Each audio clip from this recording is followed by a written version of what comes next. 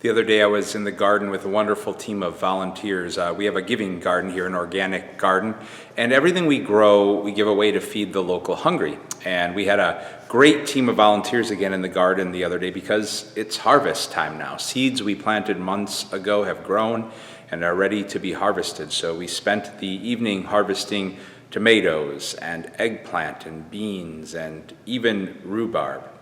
And I'm just a helper. I don't have a lot of wisdom when it comes to gardening. I'm grateful we have a wonderful team here that does have wisdom. And I kind of thought we were going to harvest and then celebrate the harvest. And we did that, but thankfully our garden team is wiser and they recognize the wisdom to keep planting. So after we harvested everything, we cleared out a couple beds and then planted beet seeds, which evidently grow well into the fall. And I was really grateful for that witness of needing to keep planting seeds in our lives and through our lives.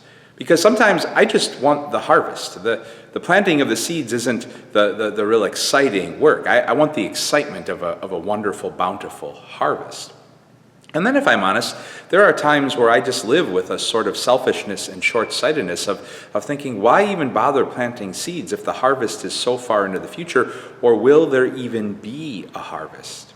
And yet the garden team gave witness to a different wisdom, the wisdom of continuing to plant anyways. That's certainly wisdom that our God brings to life. I think of a parable like the one Jesus told in chapter 4 of Mark's Gospel of the generous sower.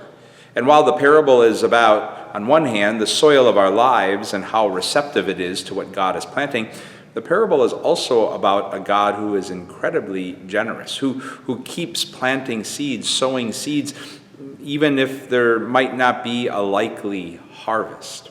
And within all of that is a holy invitation to pause and pray on our journeys of life and faith.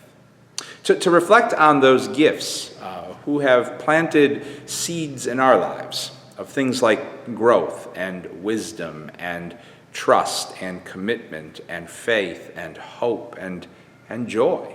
And also pray for the grace to keep planting those seeds through our lives, even if we're not sure if there'll be a harvest or when that harvest will come. And trust in the gift of having a divine gardener who does somehow find a way to bring beautiful and wonderful things to growth, as long as we keep planting. God's peace and blessings to you all.